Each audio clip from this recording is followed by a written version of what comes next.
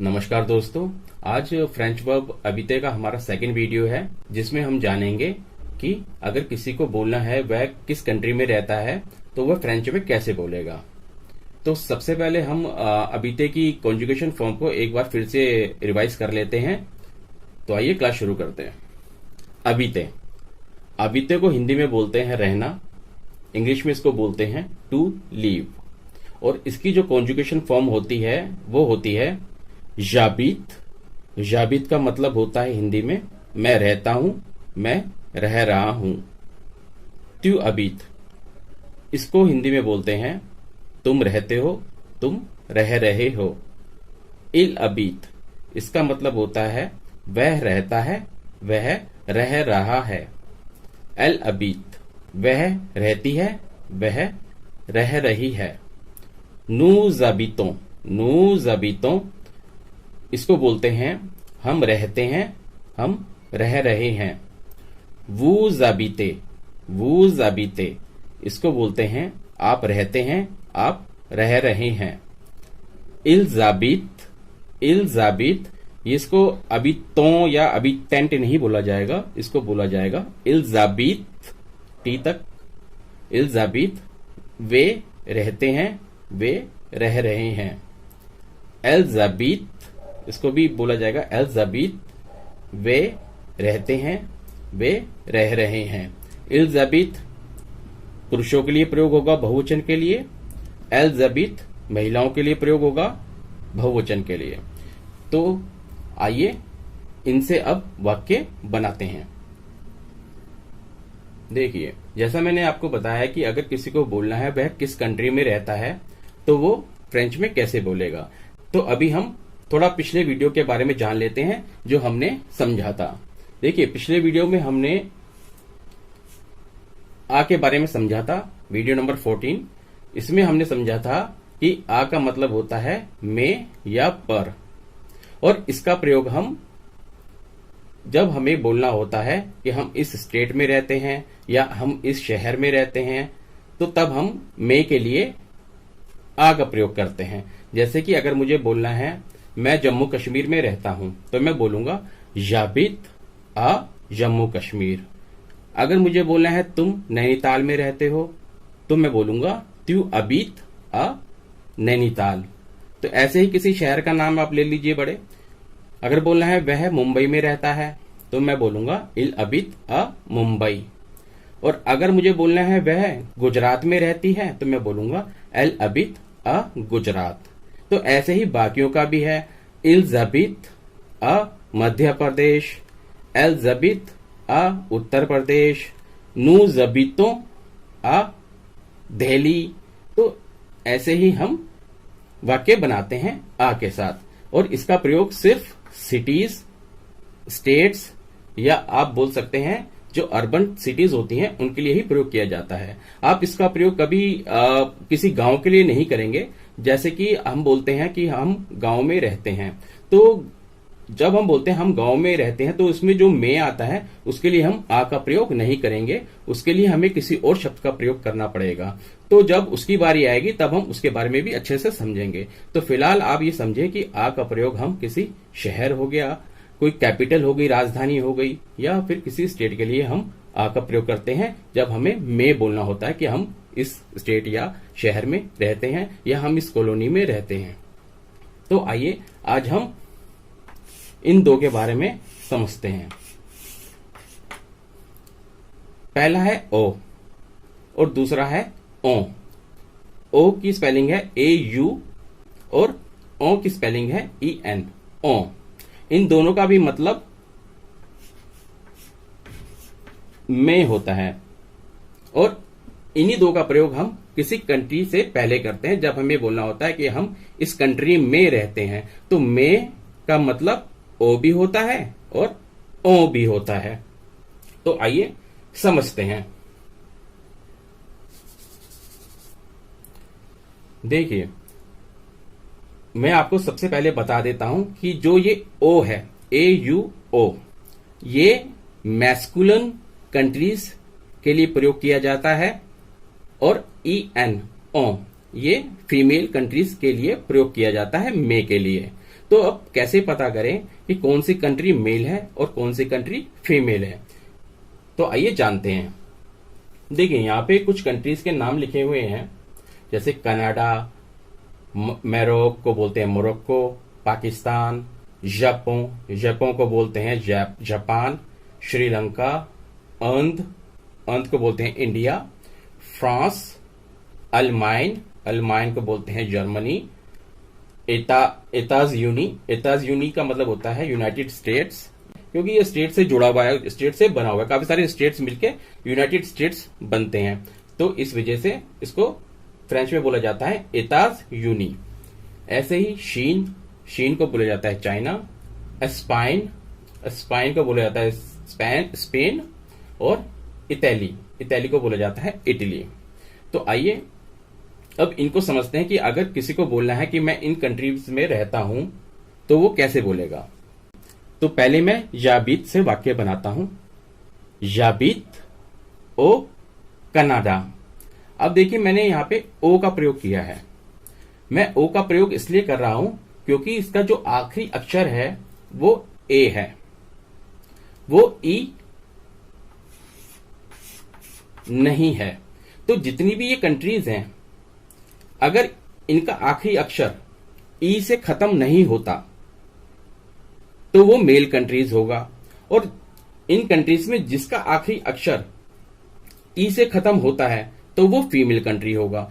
अब चाहे ये कंट्रीज ले लो या इसके अलावा बाकी किसी भी कंट्री को फ्रेंच में ले लो, तो जिस कंट्री का आखिरी अक्षर ई से खत्म होगा वह फीमेल कंट्री होगा, और जिस कंट्री का आखिरी अक्षर ई से खत्म नहीं होता, चाहे वो ए से खत्म हो रहा है, सी से खत्म हो रहा है, एन से खत्म हो रहा है या किसी से भी, बस ई से खत्म नहीं होता तो वो मेल कंट्रीज होता है, और उनके लिए हम ओ का ही प्रयोग करते हैं। तो आइए वाक्यों को पूरा करते हैं। अभी मैं इसको मिटा देता हूं। तो आइए शुरू करते हैं। जाबित ओ कनाडा। जाबित ओ कनाडा। अगर मुझे बोलना है मैं मोरक्को में रहता हूं तो मैं बोलूंगा जाबित ओ मैरोक। जाबित ओ पाकिस्तान। जाबित ओ जापान। मैं जापान में रहता हूं। जाबित ओ श्रीलंका। मैं श्रीलंका में रहता हूं। तो ऐसे ही मैं आपको एक बार फिर से समझा देता हूं। जाबित ओ कनाडा। मैं कनाडा में रहता हूं। जाबित ओ मैरोक। मैं मोरक्को में रहता हूं। जाबित ओ पाकिस्तान। मैं पाकिस्तान में रहता हूं। वैसे तो इंडियंस लोग पाकिस्तान में नहीं रहना चाहते, लेकिन फिर भी ये वाक्य है, आपको फ्रेंच समझनी है, तो इस वजह से मैं आपको सेंटेंस बता रहा हूं। तो जाबित ओ जापान। मैं जापान में रहता हूं। जाबित ओ श्रीलंका। मैं श्रीलंका में रहता हूं, या फिर मैं इस कंट्री में रह रहा हूं। तो जाबित का मतलब यही होता है, मैं रहता हूं या फिर मैं रह रहा हूं। तो आइए इससे अब थोड़े आगे वाक्य बनाते हैं। जाबित ओनंद इंडिया। मैं इंडिया में रहता हूं। अब देखिए यहां पे ओ का मैं प्रयोग नहीं करूंगा, अब मैं ओ का प्रयोग करूंगा। ओ का प्रयोग मैं इसलिए करूंगा क्योंकि इन कंट्रीज के आखिरी अक्षर ई हैं, मतलब ये फीमेल कंट्रीज हैं, और फीमेल कंट्रीज में अगर हमें मे का प्रयोग करना है तो हम ओ का प्रयोग करेंगे। तो आइए शुरू करते हैं वाक्य फिर से समझना। जाबित ओनंद। एन जो है वो आई से जुड़ जाएगा क्योंकि आई वोवल है। देखिए जितने भी ये कॉन्जुगेशन फॉर्म है ना, इनको हम इन प्रीपोजिशन से सेपरेट ही पढ़ेंगे, इनको हम मिलाएंगे नहीं, लेकिन इन प्रीपोजिशन को हम इन कंट्रीज के साथ मिलाएंगे जिनका अक्षर वोवल से शुरू हो रहा है। तो आइए शुरू करते हैं फिर से। जाबित ओनंद। मैं इंडिया में रहता हूं या मैं इंडिया में रह रहा हूं। जाबित ओ फ्रांस। जाबित ओ फ्रांस। मैं फ्रांस में रहता हूं। जाबित ओ फ्रांस। मैं फ्रांस में रहता हूं या मैं फ्रांस में रह रहा हूं। जाबित ओन अल्माइन। मैं जर्मनी में रहता हूं या मैं जर्मनी में रह रहा हूं। जाबित ओ शीन। जाबित ओ शीन। मैं चाइना में रहता हूं या मैं चाइना में रह रहा हूं। देखिए मैं अभी एताज यूनी यानी यूनाइटेड स्टेट्स की अभी बात नहीं कर रहा, मैं अभी अल्माइन के बाद सीधा चाइना पे आ गया हूं। इसके बारे में मैं आपको, ये सारा खत्म हो जाएगा तब मैं आपको समझाऊंगा। तो जाबित ऑन स्पेन, मैं स्पेन में रहता हूं या मैं स्पेन में रह रहा हूं। जाबित ऑन इटली, जाबित ऑन इटली, मैं इटली में रहता हूं या मैं इटली में रह रहा हूं। तो आइए अब फिर से ओ पे आ जाते हैं। तू अबीत की कॉन्जुगेशन फॉर्म के साथ। तू अबीत ओ कनाडा, तू अबीत ओ कनाडा, तू अबीत ओ मैरोक, तू अबीत ओ पाकिस्तान, तू अबीत ओ जापान, तू अबीत ओ श्रीलंका। यानी तुम कनाडा में रहते हो या रह रहे हो, तुम मोरक्को में रहते हो या मोरक्को में रह रहे हो, तुम पाकिस्तान में रहते हो या पाकिस्तान में रह रहे हो, तुम जापान में रहते हो या जापान में रह रहे हो, तुम श्रीलंका में रहते हो या श्रीलंका में रह रहे हो। तो आइए अब त्यू अबित से ओ के वाक्य बनाते हैं। त्यू अबित ओ नंद, त्यू अबित ओ फ्रांस, त्यू अबित ओन अल्माइन। एन जो है वो ए से भी जुड़ जाएगा, ए वोवल है। त्यू अबित ओन अल्माइन, तुम जर्मनी में रहते हो। त्यू अबित ओन अल्माइन, त्यू अबित ओन शीन, त्यू अबित ओन स्पेन, त्यू अबित ओन इटली। मतलब तुम इंडिया में रहते हो या इंडिया में रह रहे हो, तुम फ्रांस में रहते हो या फिर रह रहे हो, तुम जर्मनी में रहते हो या रह रहे हो, तुम चाइना में रहते हो या रह रहे हो, तुम स्पेन में रहते हो या रह रहे हो, तुम इटली में रहते हो या रह रहे हो। तो आप इन दोनों का मतलब समझ जाना कि रहते हो या रह रहे हो, इन सब का मतलब होता है। तो मैं एक ही बार बोलूंगा ऐसे ही। इल अबीत ओ कनाडा, इल अबीत ओ मैरोक, इल अबीत ओ पाकिस्तान, इल अबीत ओ जापान, इल अबीत ओ श्रीलंका। यानी वह कनाडा में रहता है, वह मोरक्को में रहता है, वह पाकिस्तान में रहता है, वह जापान में रहता है, वह श्रीलंका में रहता है। तो ऐसे ही इल अबीत ओ नंद, इल अबीत ओ फ्रांस, इल अबीत ओन अल्माइन, इल अबीत ओ शीन, इल अबीत ओन स्पेन, इल अबीत ओन इटली। मतलब वह इंडिया में रहता है, वह फ्रांस में रहता है, वह जर्मनी में रहता है, वह चाइना में रहता है, वह स्पेन में रहता है, वह इटली में रहता है या फिर रह रहा है। तो ऐसे ही एल से बनाते हैं वाक्य। एल अबीत ओ कनाडा, एल अबीत ओ कनाडा, डी को दा बोला जाता है। एल अबीत ओ कनाडा, एल अबीत ओ मैरोक, एल अबीत ओ पाकिस्तान, एल अबीत ओ जापान, एल अबीत ओ श्रीलंका। तो इनका मतलब भी यही होगा, वह कनाडा में रहती है, वह मोरक्को में रहती है, वह पाकिस्तान में रहती है, वह जापान में रहती है, वह श्रीलंका में रहती है। तो अगर हमें बोलना है किसी लड़की को या किसी महिला को वह इस जगह रहती है, इस देश में रहती है, तो हम एल अबीत ओ करके इन सब का नाम लेंगे कंट्री का। तो एल अबीत ओ नंद, वह इंडिया में रहती है या रह रही है। एल अबीत ओ फ्रांस, एल अबीत ओन अल्माइन, एल अबीत ओ शीन, एल अबीत ओन स्पेन, एल अबीत ओन इटली। एंड जो है वो आई ई से भी जुड़ जाएगा क्योंकि ये वोवल से हैं। तो वह India, France, Germany, China, Spain, Italy में रहती है या रह रही है। तो हम ओ का प्रयोग करेंगे इनके लिए क्योंकि इन सब कंट्रीज के आखिरी अक्षर ई हैं।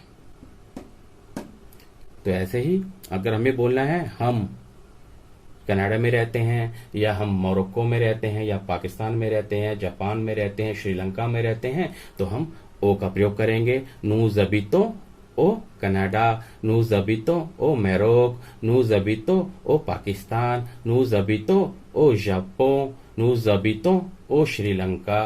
तो ऐसे ही अगर हमें बोलना है इंडिया में रहते हैं, फ्रांस में रहते हैं, जर्मनी में रहते हैं, चाइना में रहते हैं या स्पेन में रहते हैं या इटली में रहते हैं, तो अगर हमें बोलना है कि हम यहाँ रहते हैं तो अब हम ओ का प्रयोग करेंगे।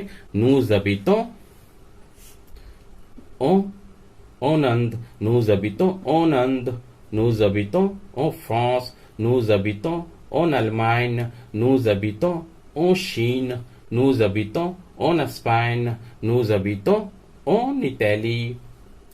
तो ऐसे ही वो से है आप रहते हैं या आप रह रहे हैं, तो कनाडा, मैरोक, पाकिस्तान, जापान, श्रीलंका, इनके लिए हम ओ का प्रयोग करेंगे। Vous habitez au Canada, vous habitez au Canada, vous habitez au Maroc, vous habitez au Pakistan, vous habitez au Japon, vous habitez au Sri Lanka.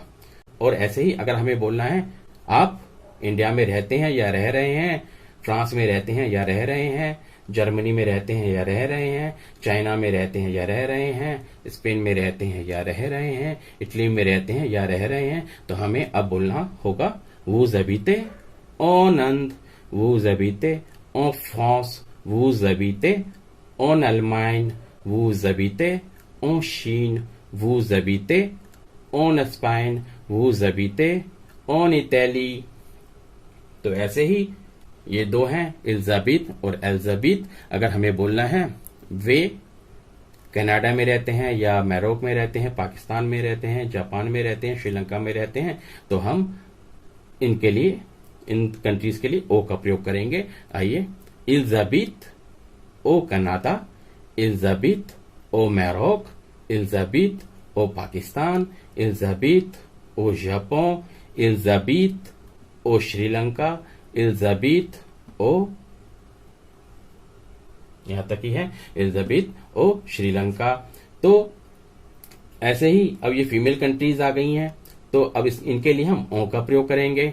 इल्जाबित ऑन अंद, इल्जाबित ऑन अंद, इल्जाबित ऑन फ्रांस, इल्जाबित ऑन अल्माइन, इल्जाबित ऑन शीन, इल्जाबित ऑन स्पेन, इल्जाबित ऑन इटली। यानी वे इन देशों में रहते हैं या रह रहे हैं, इन देशों में यानी वे इन कंट्रीज में रहते हैं या रह रहे हैं। इन कंट्रीज का मैं सबको मिलाकर बोल रहा हूं, लेकिन अगर बोलना हमें कि वे इटली में रहते हैं तो हम बोलेंगे इल्जाबित ऑन इटली, और अगर बोलना है वे चाइना में रहते हैं तो बोलेंगे इल्जाबित ऑन शीन। तो ऐसे ही एल्जाबित भी है, तो इनका भी हम मेल कंट्रीज और फीमेल कंट्रीज के साथ वाक्य बनाते हैं। एल्जाबित ओ कनाडा, एल्जाबित ओ मैरोक, एल्जाबित ओ पाकिस्तान, एल्जाबित ओ जापान, एल्जाबित ओ श्रीलंका। तो ये तो हो गई मेल कंट्रीज। अब फीमेल कंट्रीज के बारे में बात करते हैं कि वह रहते हैं या रह रहे हैं। एल्जाबित ऑन अंद, एल्जाबित ऑन अंद, एल्जाबित ऑन फ्रांस, एल्जाबित ऑन अल्माइन, एल्जाबित ऑन शीन, एल्जाबित ऑन स्पेन, एल्जाबित ऑन इटली।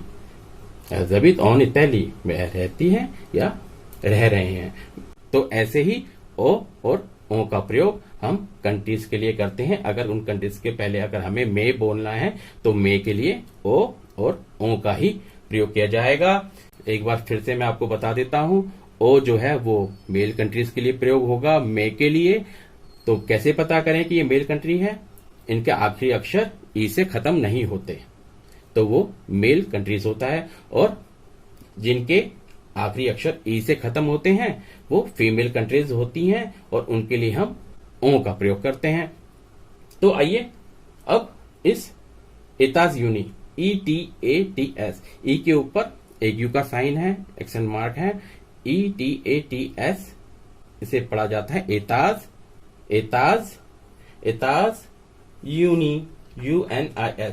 एस जो है वो यू से जुड़ जाएगा। यहां पे बीच में एक डैश भी है सेपरेट करने के लिए, तो एताज यूनी, एस जो है वो यू से जुड़ जाएगा। अब देखिए, इसको इंग्लिश में बोला जाता है यूनाइटेड स्टेट्स। स्टेट्स, अब स्टेट्स जो है वो काफी सारे स्टेट जुड़कर बनते हैं, तो ये एक प्लूरल यानी बहुवचन शब्द है। तो इसके लिए हम जो प्रयोग करेंगे वो हम ओ या ओ नहीं करेंगे, इनके लिए प्रयोग किया जाएगा AUX। AUX, मैं थोड़ा साफ लिख देता हूं, AUX, तो ऑक्स का प्रयोग किया जाएगा। तो अगर हमें बोलना है कि मैं यूनाइटेड स्टेट्स में रहता हूं, तो मैं बोलूंगा जाबित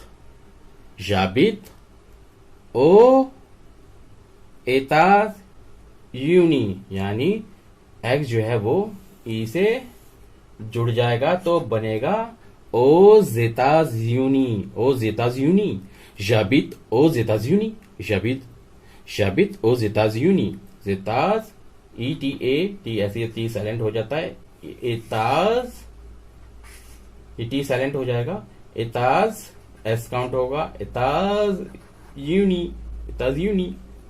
तो ऐसे ही अगर बोलना है तुम यूनाइटेड स्टेट्स में रहते हो, तो मैं बोलूंगा tu habites aux États-Unis, वह यूनाइटेड स्टेट्स में रहता है। il habite aux États-Unis, वह यूनाइटेड स्टेट्स में रहती है। elle habite aux États-Unis, हम यूनाइटेड स्टेट्स में रहते हैं। nous habitons aux États-Unis, आप यूनाइटेड स्टेट्स में रहते हैं। vous habitez aux États-Unis, वे यूनाइटेड स्टेट्स में रहते हैं। ils habitent aux États-Unis, वे यूनाइटेड स्टेट्स में रहते हैं। elles habitent aux États-Unis। तो ऐसे ही ऑक्स का प्रयोग किया जाएगा यूनाइटेड स्टेट्स के लिए। तो आप कभी भी ओ या ओ का प्रयोग नहीं करेंगे, हमेशा AUX का प्रयोग करेंगे, जिसका मतलब में होता है। तो आज का वीडियो बस इसी के लिए था। तो मिलते हैं इसके अगले वीडियो में, तब तक के लिए धन्यवाद।